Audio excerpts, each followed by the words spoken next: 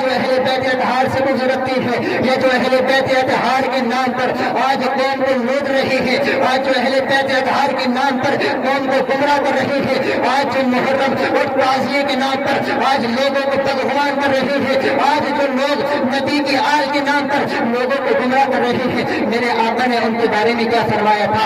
میرے آقا کی حدیث پاک ہے، آقا فرماتے ہیں ومن مات علی بغض آل محمد صلی اللہ تعالی علیہ وسلم مات کافرا، اور جو میرے اہل بیت اطہار سے بغض رکھتا ہوا اس دنیا سے گیا وہ کافر ہوا۔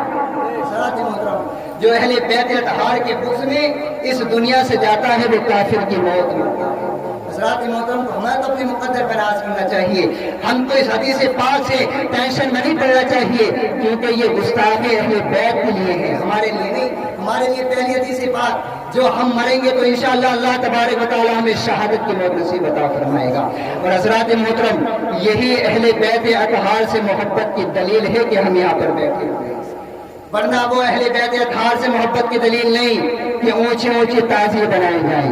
ہم تعزیے کے منکر نہیں، لیکن کبھی ہمارے پاس بیٹھو ہم بتائیں گے کون سا تعزیہ بنایا جائے۔ تعزیے کے منکر نہیں، ابھی یہ زیادہ علم نہیں ہے، کبھی لوگ گمان کرنے لگے کہ بھائی ابھی چھوٹی عمر چھوٹا علم بڑی باتیں کرنے لگے۔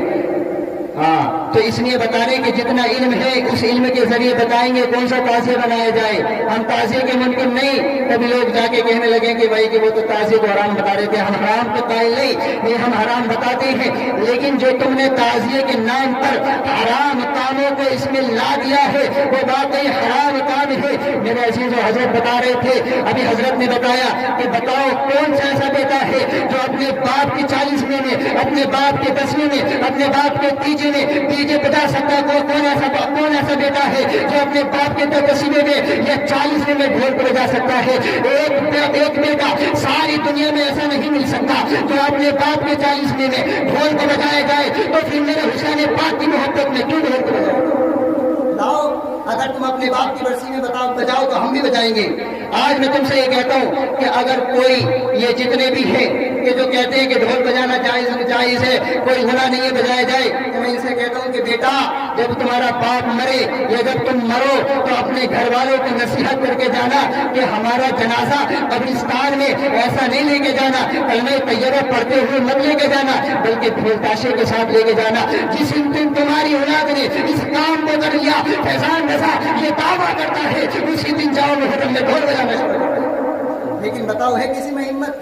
ہے کوئی بیٹا ایسا جو اپنی بات کی ایسے کر سکے؟ نہیں کر سکتا میرے عزیزو، اس لیے تو فیضان رضا دعویٰ کر رہا ہے حضرات۔ تو لیکن ہم کون سے قائل ہیں؟ محبت اہل بیت یہ ہے کہ محبت اہل بیت میں آ کر بیٹھا جائے، محبت اہل بیت میں غریبوں کی مدد کی جائے، یتیموں کی مدد کی جائے، مسکینوں کی مدد کی جائے، یہ ہے محبت اہل بیت۔ یہ محبت اہل بیت نہیں کہ جتران پور سے جاؤ تم نے چورا جاؤ اور جاتے ہوئے نعرے لگاتے ہوئے جاؤ، بے ادبی کے ساتھ جاؤ۔ بھی میں نے آپ سے کیا تھا کہ اگر ہم اس محفل میں بیٹھے ہوئے ہیں، اگر ہم اس کی بے ادبی کر دیں تو ہمیں اس کا کوئی ثواب نہیں ملے گا۔ لیکن میرے عزیز کو بتاؤ، جو امام حسین کا نعرہ اچھل کے لگاتے ہیں، کود کے لگاتے ہیں، عورتوں کو دیکھ کر لگاتے ہیں، کیا وہ ادب کے دائرے میں ہے کہ بے ادبی کے دائرے میں؟ جہاں پر 4 لڑکیاں دیکھی، ایک لڑکے کو اٹھائیں گے، نعرے لگائیں گے، میرے عزیز اس سے تمہیں کچھ فائدہ ملنے والا نہیں ہے، تمہیں اس سے کوئی ثواب ملنے والا نہیں ہے۔ آؤ میرے عزیز، اگر امام حسین کی یاد کو تازہ کرنا ہے تو ہم بتاتے ہیں حضرت امام حسین کی یاد کو تازہ کرنے کا سب سے اچھا طریقہ یہ ہے کہ تم اپنے گھروں میں حضرت امام حسین کے نام پر، حضرت امام حسین کے نام پر غریبوں کی دعوت کرو، حضرت امام حسین کے نام پر اپنے گھروں میں کھانا بنا کر غریبوں میں بانٹو۔ یہ حضرت امام حسین سے محبت کی علامت ہے۔ حضرت امام حسین کی محبت میں اپنے گھروں میں ملادیں کراؤ، قرآن پڑھاؤ، حضرت امام حسین کی سیرت کو پڑھواؤ، حضرت امام حسین کی سیرت کو سناؤ۔ یہ در حقیقت حسینیت ہے۔ وہ حسینیت نہیں ہو سکتی جس میں حرام کام داخل ہو جائے، حسینیت وہی ہوگی جو شریعت مصطفیٰ صلی اللہ تعالیٰ علیہ وآلہ وسلم کے مطابق۔ حضرات یہ محفل سارے لوگ ایمانداری کے ساتھ بتائیں کہ اس محفل میں ایک کام ایسا بتائیں جو شریعت مصطفیٰ صلی اللہ تعالیٰ علیہ وآلہ وسلم کے خلاف ہو۔ کوئی کام ایسا نہیں، لیکن آؤ ہم تعزیے میں تمہیں ایک نہیں 1000 کام ایسے دکھاتے ہیں جو حرام کام ہوتے ہیں۔ تو یہ در حقیقت حسینیت ہے۔ حسین کے نام پر محفلیں سجاؤ، امام حسین کے نام پر غریبوں کی مدد کرو۔ یار غریب مر رہی ہے، غریبوں کو کھانا نصیب نہیں ہو رہا، کبھی چترام پور سے باہر نکلو، کبھی ایکو کو چھوڑو، کبھی باہر کا سفر کرو تو پتہ چلے گا غریبوں کا کیا حال ہے۔ بیچارے 2 روپے کے لیے اپنے پلوں کو بچھاتے ہیں، لیکن کوئی 2 روپے سے ان کی مدد کرنے والا نہیں ہوتا۔ لیکن تم ایک دن کے لیے 1 لاکھ روپے خرچ کر دیتے ہو اور دوسرے دن کو اس کو مسجدوں کے حجرے میں ڈال دیتے ہو۔ ارے میرے عزیزو، جتنا تم آج امام حسین کے نام پر تعظیم میں برباد کرتے ہو، آج تم امام حسین کے نام پر جتنا تم آج ان ڈھول تاشے کے بنانے میں خرچ کرتے ہو، اگر تم اتنا کسی غریب کی مدد کر دو، کسی یتیم کی مدد کر دو، کسی مسکین کی مدد کر دو، تو قسم خدا کی اس غریب کی تم نے مدد کی ہے۔ اگر اس نے اللہ تبارک و تعالیٰ کی بارگاہ میں تمہارے لیے دعا کر دی تو اس بات کو اپنے دل کے تخت پر لکھ لینا، اس غریب نے تمہارے لیے رب کی بارگاہ میں اپنے ہاتھوں کو اٹھایا ہوگا، اس کے ہاتھ نیچے بعد میں آئیں گے، اللہ تبارک و تعالیٰ تمہاری مغفرت دلا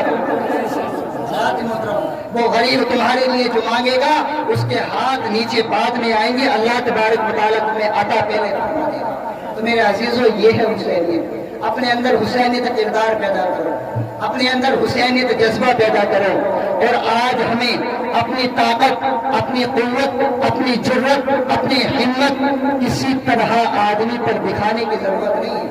میرے عزیزو، اگر کسی کو اپنی طاقت پر غرور ہے، اگر کسی کو اپنی ہمت پر غرور ہے، اگر اس کو غرور ہے کہ میری بات تھانے تک ہے، اگر کسی کو غرور ہے کہ میری بات ہدایت تک ہے، تو میرے بھائی میں تجھ سے عرض کرتا ہوں کہ تو یہ اپنی طاقت کسی بیچارے حق بولنے والے، حق ہو کے خلاف مت استعمال کر، بلکہ جو تیرے گاؤں میں غلط کام ہو رہے ہیں، جو تیرے گاؤں میں غریب بچے بھوک سے مر رہے ہیں، جو تیرے گاؤں میں یتیم بچے ترس رہے ہیں، ان کی سفارش کر، ان کی مدد کروا، تو تجھے کچھ اس طاقت سے فائدہ ملے گا، تو طاقت سے فائدہ ملے گا۔ کسی غریب کو دبانے سے، کسی حق بولنے والے، کسی عالم کو، کسی مولوی کو، کسی حافظ کو دبانے سے کچھ حاصل ہونے والا نہیں ہے۔ حاصل ہوگا تو غریبوں کی مدد کرنے سے ہوگا، یتیموں کی مدد کرنے سے ہوگا، مسکینوں کی مدد کرنے سے ہوگا، علماء کی مدد کرنے سے ہوگا، علماء کے ساتھ کھڑے ہونے سے ہوگا۔ آپ کسی عالم سے پوچھ لیں کہ جس تعلیم کو ہم حاصل کر رہے ہیں وہ تعلیم کہیں یہ نہیں سکھاتی کہ اگر تمہارے گھر والے حق بولنے پر تمہارے خلاف ہو جائیں، کسی بدعقیدے کا رد کرنے پر تمہارے گھر والے تمہارے خلاف ہو جائیں تو تم گھر والوں کے ساتھ ہو جاؤ، نہیں، بلکہ سیرت مصطفیٰ صلی اللہ تعالیٰ علیہ وآلہ وسلم یہ سکھاتی ہے کہ گھر والے نہیں، سارے رشتہ دار، سارے محلے، سارے گھر والے، یہاں تک کہ ماں باپ بھی ناراض ہو جائیں پھر بھی حق کا ساتھ نہ چھوڑو۔ حضرات محترم، ہم حق کے ساتھ کھڑے ہیں، اور آقا علیہ السلام سے محبت کی دلیل کیا ہے؟ آقا کی حدیث پاک ہے، آقا فرماتے ہیں کہ جب تک کوئی بندہ کامل مومن نہیں ہو سکتا جب تک اپنی جان، اپنی مال، اپنی اولاد، اپنی ماں، اپنے باپ سے مجھ سے زیادہ محبت نہ کرے۔ ساری محبتوں سے زیادہ، ان ساری چیزوں سے، ماں باپ، بھائی بہن، گھر والے، محلے والے، بستی والے، رشتہ دار، ان سب کی محبت پر جب تک حضور کی محبت زیادہ نہ ہو جائے جب تک بندہ مسلمان ہی نہیں بنتا۔ محترم، تو اللہ تبارک و تعالیٰ ہمیں اہل بیت اطہار کا وفادار بنائے، اہل بیت اطہار سے محبت کرنے والا بنائے، اہل بیت اطہار کے طریقے پر چلنے والا بنائے۔ حضرات محترم، جاتے جاتے ایک بات اور بتا دوں، کچھ لوگ سوچتے ہیں کہ بھئی نماز پڑھتے رہو بیڑا پار ہو جائے۔ ہم بھی کہتے ہیں بھائی نماز پڑھو انشاءاللہ بیڑا پار تو ہوگا، لیکن بتاؤ، لاؤ مجھے شیطان جیسا کوئی عبادت گزار، کوئی شیطان جیسا، لیکن ہوا نہ گمراہ، شیطان ہے نہ گمراہ، مانتے ہو کہ نہیں مانتے بھائی؟ یزید بھی تو سجدے کرتا تھا، یزید بھی تو مسلمان تھا یزید، جتنے بھی ان 22,000 میں تھے سب مسلمان تھے، کوئی کافر نہیں، کوئی بدعقیدہ نہیں، بلکہ سب حضور کا کلمہ پڑھنے والے، سب ایک خدا کو ماننے والے، سب حضور کو ماننے والے، سب حضور کا کلمہ پڑھنے والے تھے۔ لیکن کیا ہوا؟ ایمان گیا، اس لیے لیے کہ انہوں نے حضور سے بغاوت کی، حضور کے گھر والوں سے بغاوت کی، اس لیے ان کا ایمان چلا گیا۔ تو میرے عزیزوں، فقط نمازوں سے کچھ نہیں ہوتا ہے، فقط روزوں سے کچھ نہیں ہوتا ہے، فقط نمازوں سے کچھ نہیں ہوتا ہے، بلکہ نماز روزے حج زکات اللہ تبارک و تعالیٰ اپنی بارگاہ میں جب قبول فرماتا ہے، جب قبول فرماتا ہے، جب دل میں اس کے رسول کی محبت ہو، جب اللہ قبول کرتا ہے۔ اب جب دل میں حضور کی محبت ہی نہیں، کتنا سجدہ کرتے رہو، زمین میں چھید کر دو، ایک نماز بارگاہ خدا میں قبول نہیں ہوگی۔ اب لوگ کہیں گے بھائی تم تو بڑے علامہ ہو گئے، تم تو فتویٰ دینے لگے، قبول نہیں ہوتی۔ میرے عزیزوں آؤ حدیثیں سنو، جو حضور کا گستاخ ہوتا ہے اس کی نماز قبول نہیں ہوتی، کیونکہ شیطان جو گمراہ ہوا، شیطان کی جو نماز ہے اس کے منہ پر ماری گئی، وہ صرف حضرت آدم علیہ السلام کی گستاخی کی وجہ سے۔ تو وہ تو حضرت آدم ہیں، اور ہمارے نبی تو حضرت آدم علیہ السلام کے بھی نبی، حضرت آدم علیہ السلام کے بھی رسول ہیں۔ تو اگر اس نبی کی کوئی گستاخی کرے تو پھر اس کی نماز کیسے پڑھیں؟ حضرات محترم، ہم کو نمازوں کا بھی پابند ہونا چاہیے، اور ہم کو شریعت مصطفیٰ صلی اللہ تعالیٰ علیہ وآلہ وسلم اپنے آپ کو ڈھالنا چاہیے۔ ہمارا رہنا، ہمارا بیٹھنا، ہمارا کھانا، ہمارا پینا، ہمارا لباس سب حسینی ہونا چاہیے۔ یہی امام حسین سے محبت کی علامت ہے۔